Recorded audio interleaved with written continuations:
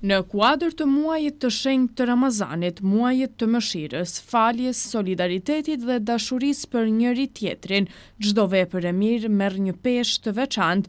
Ramazani na mëson se agjërimi nuk është vetëm ndalim nga ushqimi dhe pija, por është pastrimi i shpirtit, afrimitet me Zotin dhe mbi të gjitha, kujdes për ata që kanë më pak se ne. Është muaji kur zemrat zbuten, duart shtrihen për ndihmë dhe sofrat bëhen më të hapura.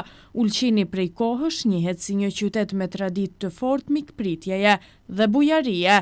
Banorët e tij dallohen për zemrën e gjerë dhe gatishmërinë për të qenë pranë njëri tjetrit në ditë të mira e të vështira.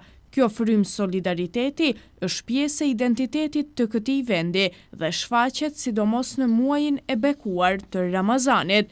Në këtë atmosferë të mbushur me mirësi, një shembull i ndritur i humanizmit këtë vit është edhe Doni Mexhikukiqi. Me një gjest fisnik dhe plot ndjeshmëri, ai ka shprehur dëshirën që gjatë këtij Ramazani të hap dyert e biznesit të tij për të gjithë ata që nuk kanë mundësi të shtrojnë iftar në sofrat e tyre.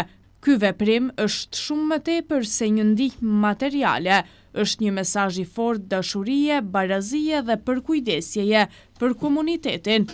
Po, kam qenë në mëngjes duke pirë kafe dhe ndëgjova një fëmijë kur tha, u kam dëshirë me shku për iftar në disa restorane, por nuk kam para që të shkoj. Ma vonë thash, pse mos pitë unë në hangër po pare. Sa persona po arrini të ndihmoni çdo mbrëmje në iftar? Tesh në varet. Kanjëherë kena 25 familje, kanjëherë kena 30, në varet deri te numri. Kanjëherë kena edhe 15, në varet si na uzojnë njerëz të kujt më uçu. Është e vështirë të arrini të shpërndani këto në për të gjitha ato vende që duhet? I kam edhe dashok që i vinë shto me një mu dhe nuk e kam fare të vështirë. A përgatitni vetë ushqimin apo keni edhe bashkëpunëtor që ju ndihmojnë në këtë Ramazan, me që është shtuar ndoshta edhe puna më tepër, edhe numri i atyre që kanë nevojë, por edhe puna që ju bëni në këtë? Ja, më ndihmojnë. I kam edhe punëtorë që më ndihmojnë në këtë Ramazan. Unë kur diken e kam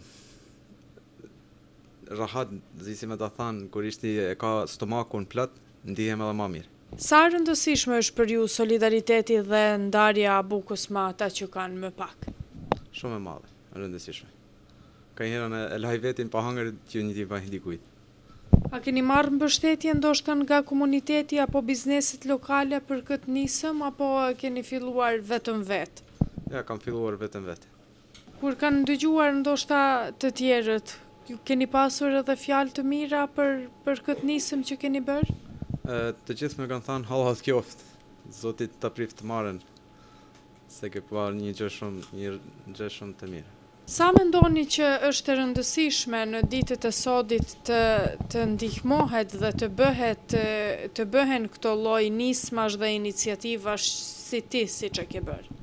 A di si, unë punoj në kuzhinë tash 26 vjet. Na gjithmonë kur e kena shpërndar ushqimin, na ka tepru shumë. Edhe tana herë ti thosha shefit, pse nuk e shpërdam këtë, t'ju napim tynve kuhinjes popullore që me shpërndar ushqimin. Ai ushqim u hidhte në kan thllomit, sidomos inspeksioni na ndalonte për shembull ushqimin e mramshmit, s'ban me përdor për të nesmen, edhe mirëdhim tana herë tan kohën më shkoshin në mend fëmijët që i kam parë nëpër video që s'kajnë bukë me hangër tu kjo, thosha se kena një fuqi disi si me shpërdar atë ushqim. Të ofrosh një iftar për dikë që është në nevojë do të thotë të japësh shpresë, dinjitet dhe ndjenjën se askush nuk është i harruar.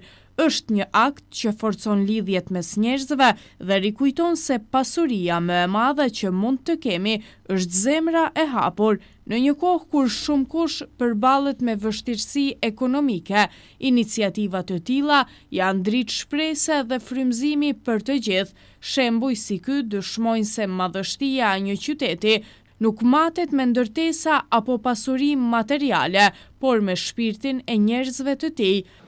Zdi, gjithkush e ka për veti, vetëm unë jam të shiku me nimu, sa moj me nimu, nuk jam, si thomë, në marakli pares, unë jam marakli ma tje për me nimu njerëzve atyme që s'kajnë, sa atyme që kajnë. Për shembull, çka duhet, unë kam qef mi una. Doni ta vazhdoni ndoshta këtë nisëm edhe pas muajit të Ramazanit?